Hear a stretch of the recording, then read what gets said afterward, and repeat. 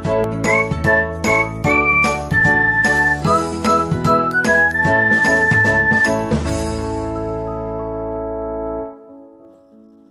Class 7। आइए आज हम पढ़ते हैं आपके हिंदी व्याकरण विषय में पाठ 3 शब्द विचार। बच्चों, इस पाठ को हम पढ़ रहे थे। हमने इस पाठ में पढ़ा था शब्द और पद। क्या पढ़ा था? हमने पढ़ा था कि शब्द और पद, और पढ़ा था हमने शब्दों का वर्गीकरण। हम शब्दों के वर्गीकरण को पढ़ रहे थे। तो शब्दों के वर्गीकरण में हमने पहला पढ़ा था, क्या पढ़ा था? हमने पढ़ा था स्रोत या उत्पत्ति के आधार पर शब्द भेद। एक बार हम शुरू से इस पाठ को देखते हैं।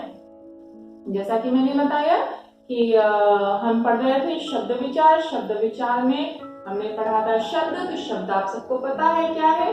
शब्द वर्णों का वह सार्थक समूह है जो किसी नवीन शब्द का निर्माण करता है, जो किसी भी शब्द का निर्माण करता है। ठीक, तो शब्द क्या है? वर्णों का सार्थक समूह। इसके बाद आता है पद।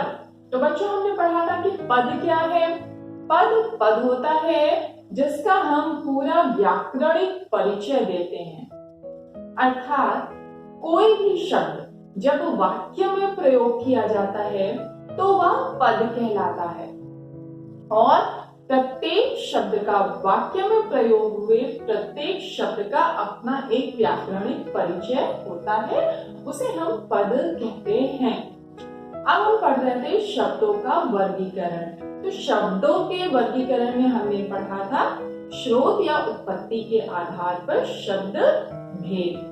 स्रोत या उत्पत्ति के आधार पर अर्थात शब्दों का जन्म कहाँ से होता है, शब्द जो है किस प्रकार से क्या हुआ कि हिंदी भाषा में आए, हम किस प्रकार के और कैसे शब्दों का प्रयोग करते हैं। तो इसके भेद में हमने पढ़ा था कि 4 प्रकार के शब्द होते हैं: तत्सम शब्द, तद्भव शब्द, देशज और विदेशी शब्द। तत्सम शब्दों में हमने पढ़ा था कि संस्कृत भाषा के वे शब्द जो हिंदी भाषा में ज्यों के त्यों प्रयोग किए जाते हैं उन्हें हम तत्सम शब्द कहते हैं। जैसे सूर्य, दुग्ध, कृष्ण, अक्षी इत्यादि। तद्भव शब्द संस्कृत भाषा के वे शब्द जो अपना रूप बदलकर अर्थात थोड़ा सा बदलकर क्या होता है हमारी हिंदी भाषा में प्रयोग किए जाते हैं, उन्हें हम कहते हैं तद्भव शब्द। तद्भव शब्द जैसे दूध, आंख, सूरज इत्यादि। इसके बाद हमने पढ़ा था देशज शब्द। देशज शब्द क्या है? ऐसे शब्द जिनका जन्म हमारे अपने देश में होता है, अर्थात ऐसे शब्दों के निर्माणकर्ता अपनी सुविधा के अनुसार हम स्वयं होते हैं, जैसे पेट, पगड़ी इत्यादि। ठीक, उसके बाद आता है आपका विदेशी शब्द। बच्चों, आपको पता ही है कि हमारा देश जो है कई 100 सालों तक क्या था, 200 साल तक हमारा देश गुलाम था। तो हमारे ऊपर विदेशी आक्रमणकारियों ने हम पर बहुत ही ज्यादा समय तक शासन किया। इस शासन को करने के बाद हम विदेशियों के संपर्क में आए, उनके व्यवहार, तौर तरीकों, भाषा, बोली आदि को सीखा। तो इस प्रकार से हमारी हिंदी भाषा में विदेशी भाषा के शब्द आकर मिल गए, जैसे डाकघर, दमकल, ट्रेन इत्यादि। ठीक है, आज हम पढ़ेंगे रचना बनावट। क्या है? रचना बनावट या व्युत्पत्ति के आधार पर शब्द भेद।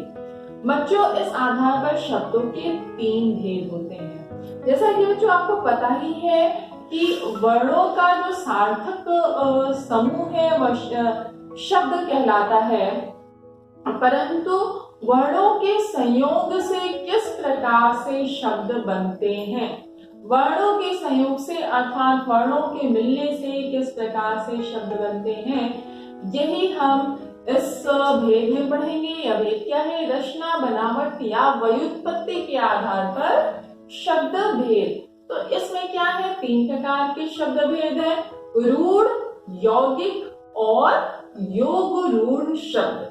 क्या है? याद रखिए, रूढ़ शब्द, यौगिक शब्द और योग रूढ़ शब्द। रूढ़ शब्द, रूढ़ी, आपको शब्द कुछ जाना पहचाना लग रहा होगा कि रूढ़ी या क्या हम क्या कहते हैं, बहुत ही ज्यादा ये रूढ़िवादी लोग हैं, अर्थात रूढ़ यानी परंपराओं को मानने वाले कहते हैं ना। तो आपको इसी बात से याद रखनी है कि रूढ़ी यानी कि परंपरा के आधार पर प्रयोग किए जाने वाले शब्द। ऐसे शब्द क्या है जो परंपरा के आधार पर प्रयोग किए जाते हैं और जिनके खंड करते हैं अर्थात जिनके टुकड़े करते हैं तो उसका कोई भी अर्थ नहीं निकलता, उसे हम रूढ़ शब्द कहते हैं। मैंने पहले क्या बताया? पहले मैंने कहा वर्णों का सार्थक समूह शब्द कहलाता है, परंतु वर्ण किस प्रकार से संयोग में आते हैं यही रचना या बनावट के आधार पर हम पढ़ते हैं। तो रचना या बनावट के आधार पर मैंने क्या बताया? शब्द तीन प्रकार के हैं, रूढ़ शब्द, यौगिक शब्द और योग रूढ़ शब्द। रूढ़ शब्द क्या है? परंपरा के आधार पर प्रयोग किए जाने वाले शब्द जिनके खंड करने पर क्या होता है, कोई भी अर्थ नहीं निकलता है और शब्द बेकार हो जाता है, उसे हम क्या कहते हैं? उसे हम कहते हैं रूढ़ शब्द। जैसे हम प्रयोग करते हैं परंपरा के आधार पर हमने एक शब्द प्रयोग किया रोटी, तो क्या है हमने लिखा रोटी, तो इसको रो प्लस टी, रो धन टी, रो जमा टी क्या है? इसका कोई अर्थ नहीं है। अगर हम इसको तोड़ देते हैं, अगर हम इसको तोड़ते हैं तो इसका कोई अर्थ नहीं निकलता है। इसको तोड़ने के बाद, इसको अलग करने के बाद कोई अर्थ नहीं निकलता है। तो यही क्या है, यानी कि शब्द का प्रयोग हम कैसे करते हैं? हम परंपरा के आधार पर इस शब्द का प्रयोग करते हैं। जैसे क्या है? जैसे एक शब्द है महल, तो क्या है? अगर मैंने लिखा एक शब्द मह धन ल, इसको मैंने तोड़ दिया, तो क्या इस शब्द का कोई अर्थ निकल रहा है? इस शब्द का भी कोई अर्थ नहीं निकल रहा है। ठीक, एक शब्द आता है आपका विद्या। मैंने विद्या क्या है? मैंने क्या किया? विद्या को मैंने तोड़ दिया, विद्या मैंने तोड़ दिया, अलग अलग कर दिया, तोड़ के अलग एक इस पार फेंक दिया, एक दूसरी तरफ रख दिया। तो इसका कोई मतलब निकल रहा है? कोई मतलब नहीं निकल रहा। परंतु जब ये जुड़े रह रहे हैं, जब यह क्या है?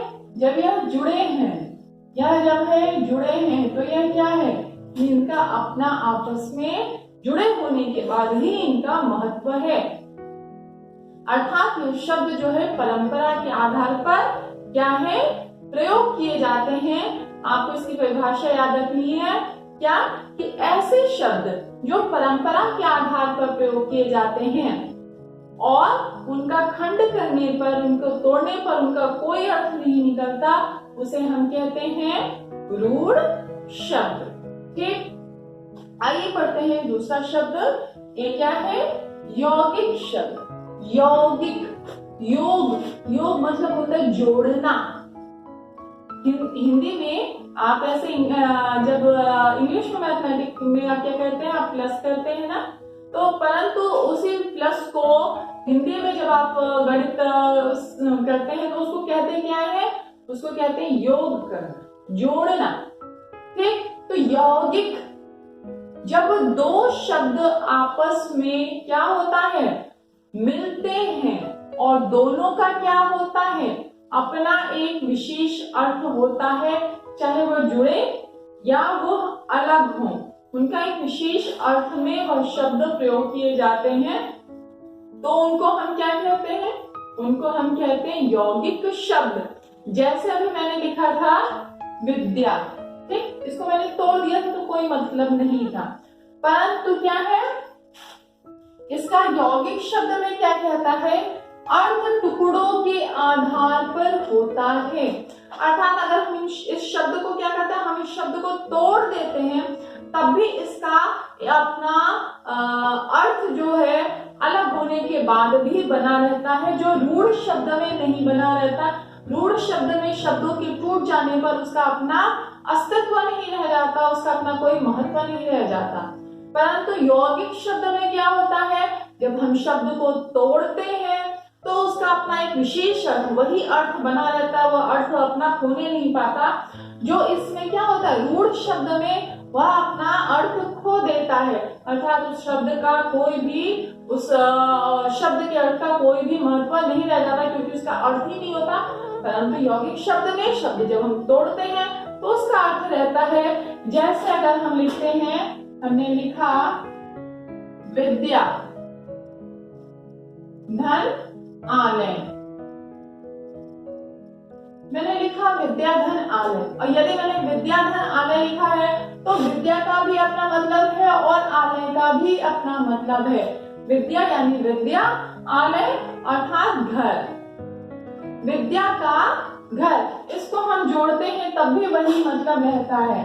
क्या, अगर मैंने इसको जोड़ा तब भी उसका वही मतलब है जो ये टूटने के बाद अर्थ है। ठीक, यह अपना अर्थ जो है, अपना जो स्वयं का जो अर्थ है, यह खोने नहीं पाता। विद्या, विद्या का अर्थ विद्या, आलय, आलय अर्थात घर। तो यहाँ पे भी क्या है, अगर हम इसको जोड़ते हैं तो क्या हो जाता है, विद्यालय अर्थात विद्या का घर। ये टूटा है तब भी अपना अर्थ नहीं खो रहा है, विद्या और आलय अर्थात घर। अर्थात क्या है, अर्थात यौगिक शब्द वे शब्द हैं जो टूटने के बाद भी, खंड होने के बाद भी अपना अर्थ नहीं खोते हैं, उनका अपना विशेष अर्थ जो है वह बना रहता है। वही शब्द क्या कहलाता है, वही शब्द यौगिक शब्द कहलाता है। जैसे कि आइए हम कुछ और विशेष उदाहरण से समझते हैं।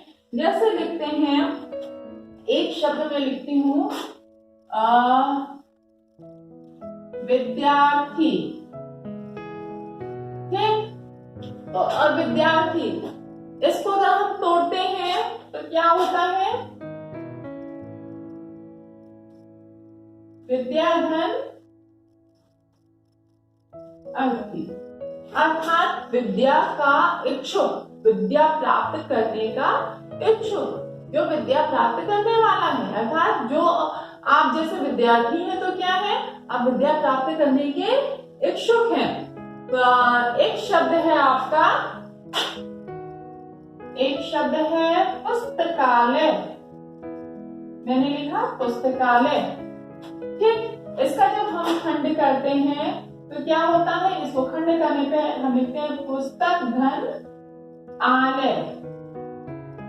जब मैंने इसका खंड कर दिया तो ये क्या हो गया, पुस्तक, पहले क्या था, पुस्तकालय, पुस्तक का घर, और जब मैं इसको तोड़ती हूँ तब भी अपना अर्थ नहीं खोता। यह क्या है, पुस्तक और आलय अर्थात घर। तो ये क्या है, यह इसका अपना एक विशेष अर्थ जो है, जो इसका स्वयं का अर्थ है, वह खोने नहीं पाता। आइए और उदाहरण देखते हैं। जैसे है स्वर्ण महल, स्वर्ण धन महल अर्थात सोने का महल, ठीक है। राज पुत्र,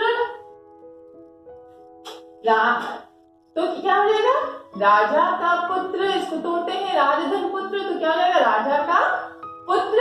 फिर है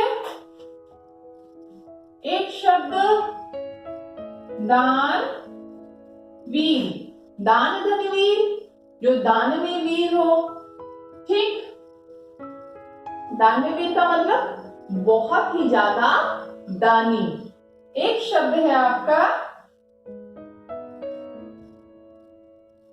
स्नान घर, ठीक। इसको अगर हम तोड़ते हैं, स्नान धन घर, स्नान के लिए घर, ठीक। अपना जो है जो अर्थ है वह खोने नहीं पा रहा है। एक शब्द है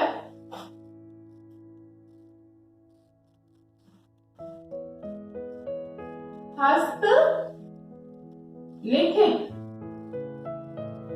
हस्त अर्थात हाथ, लिखित, हस्त लिखित अर्थात हाथ से लिखा हुआ, अपना अर्थ इसने कहीं नहीं खोया।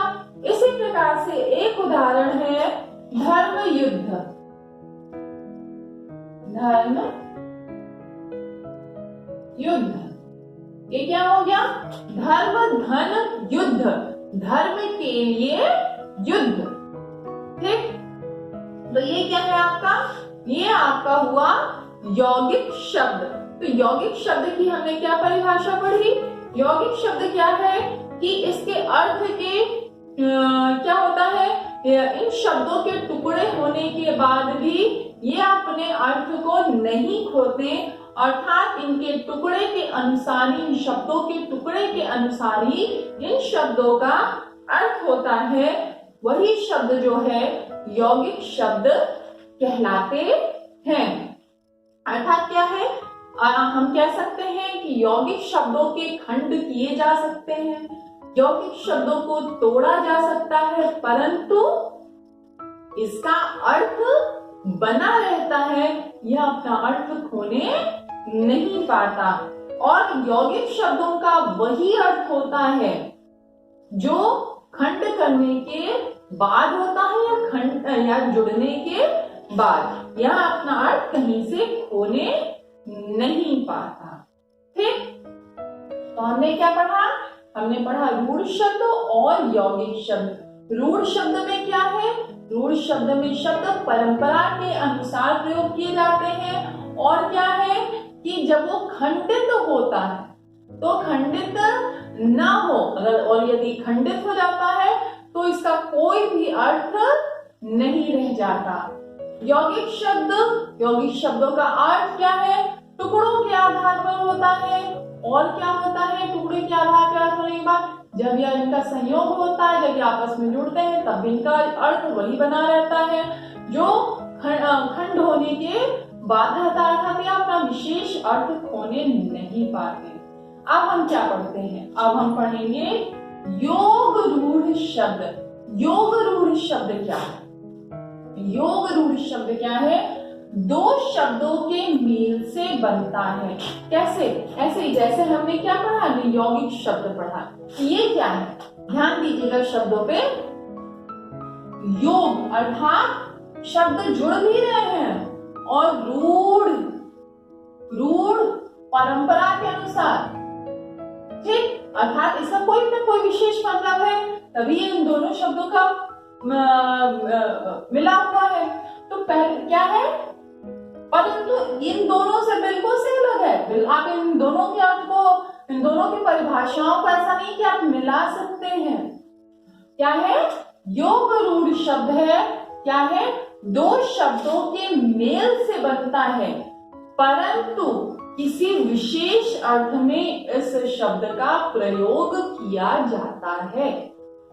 योग रूढ़ शब्द, फिर से ध्यान दीजिए, योग रूढ़ शब्द दो शब्दों के मेल से बनते हैं, परंतु क्या होता है कि इसका प्रयोग किसी विशेष अर्थ में किया जाता है।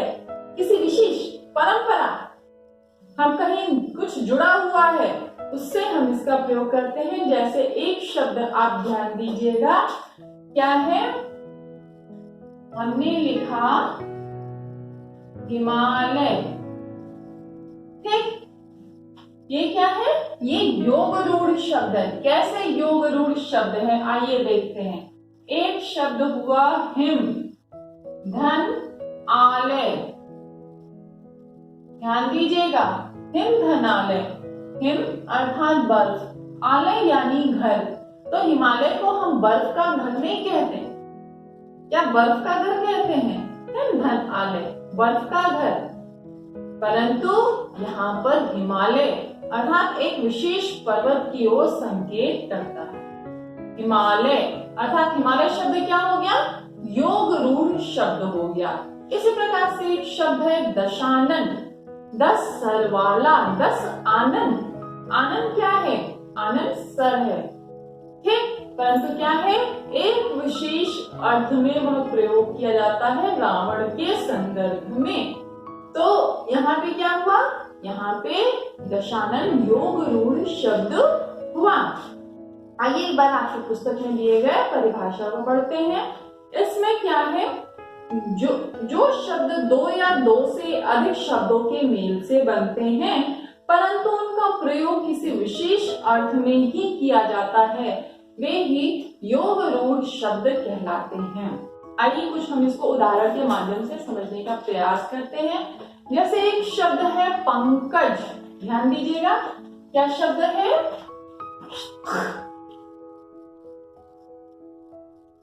पंकज। तो पंकज को जब हम क्या करते हैं, हम तोड़ते हैं, ठीक, तो ये क्या हो जाता है, ये हो जाता है पंक धन ज, ठीक। पंक का अर्थ होता है कीचड़, क्या अर्थ होता है, कीचड़।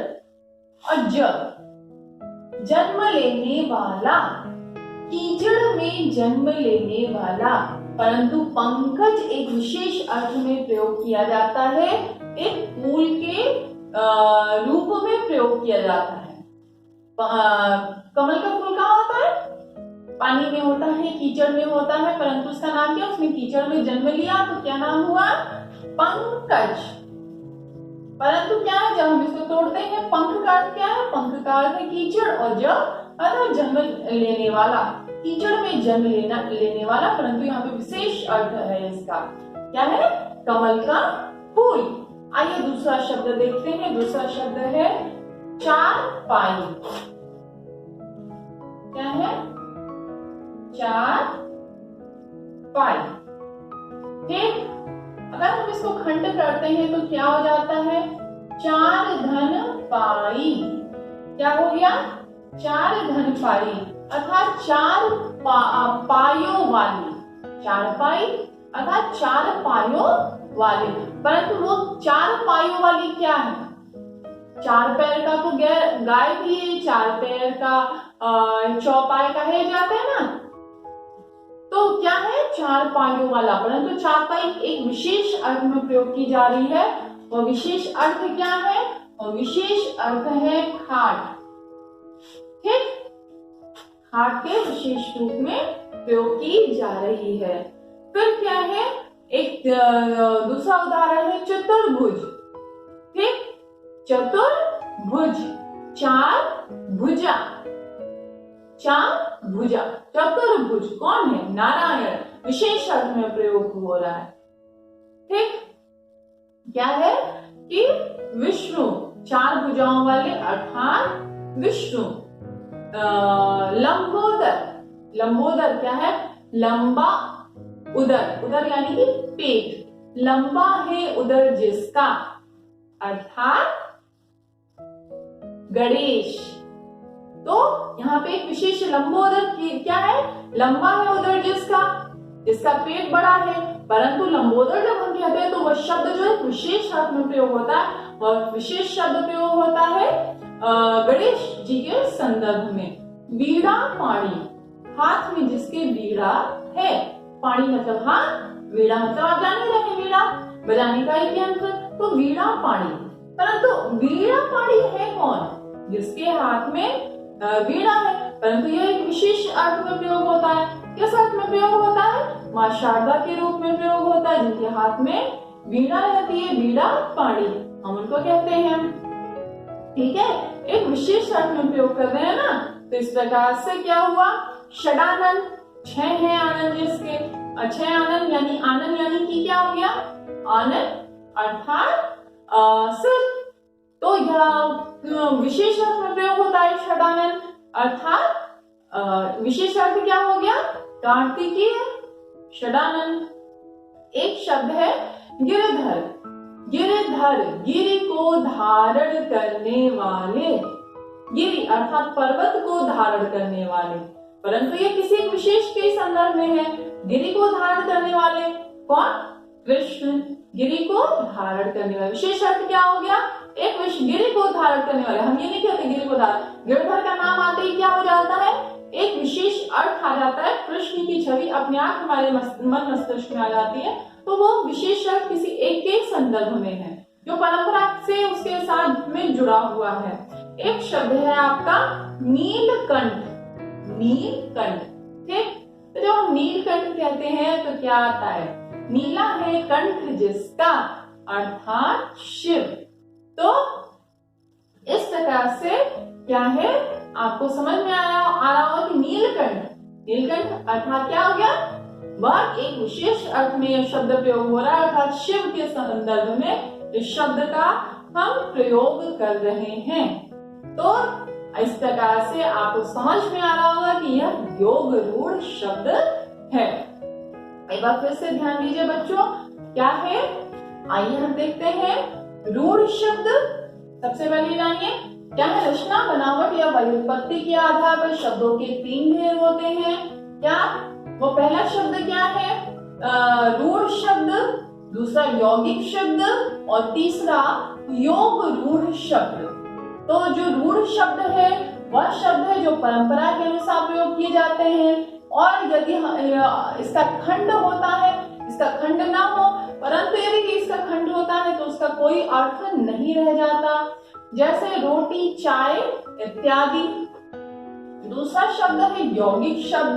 यौगिक शब्दों का क्या है?